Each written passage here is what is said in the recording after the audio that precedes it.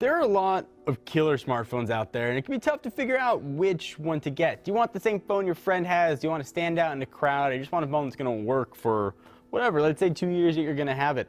I've got two that I think are the best phones out on the market. I've got Samsung's Galaxy S7 Edge, all dolled up in gold, which is my favorite color. And I got the latest from HTC, who's back with a vengeance with the HTC 10. So I figured, let me tell you which one I would pick. I'm not going to get too much into specs, and they're both fast. They both have almost exactly the same specs. They both have Snapdragon 820s, 4 gigs of RAM.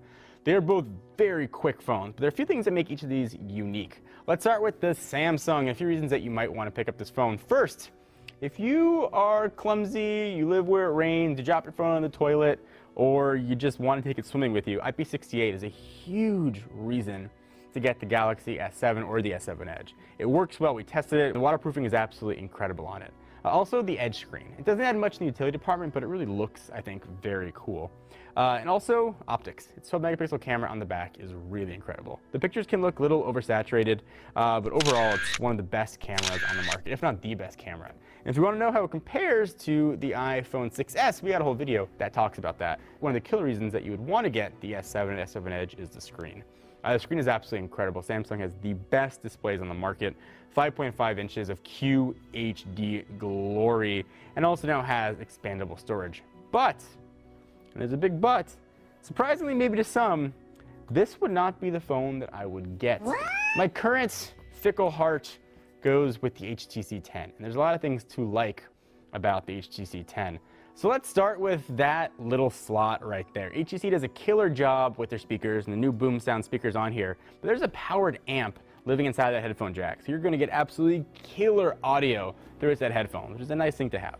Now, while the Galaxy S7 does have quick charge and does have wireless charging, whereas the HTC 10 does not, this has quick charge 3.0 and USB-C. It's going to charge very fast. I can get all technical with you, but just suffice to say, you plug in for 5 minutes, you're going to have plenty of juice to get through almost a full day. It seems almost like a magic trick.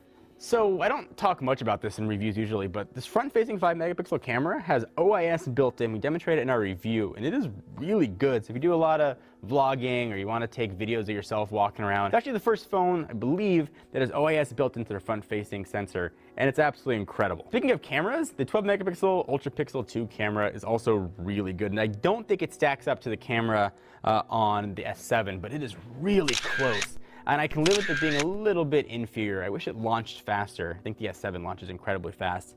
But if you're worried about HTC's camera, do not worry. They have done a killer job with the camera on the 10. So I mentioned IP68 on the S7 Edge, but the HTC 10, as well as every HTC phone, comes with protection. If it gets water damage, if the screen breaks, they will fix it for you for free. You get one free and they'll send you a new phone. But if you don't break it, they want to get another HTC phone, they'll give you $100 towards that, which is also very cool. Both phones have expandable storage, but HTC gives you adoptable storage, which is great. So what that's going to mean, it's going to essentially treat it like one giant mesh of storage, not two separate drives. Not what you have internal, not what you have external. Just one giant storage. Makes it a lot easier, I think, at least for me, for managing apps and pictures and music and other miscellaneous media. The big reason for me is software. HTC worked with Google to eliminate a lot of duplicate apps and a lot of bloatware. This is really close to stock Android, which also means you're going to get updates, I think, a little bit quicker than what Samsung has done in the past. It's been a little bit spotty with their updates. HTC is claiming they will be amongst the first to get updates available as they come out. And for those of you that like to root, this is a go-to version, I think.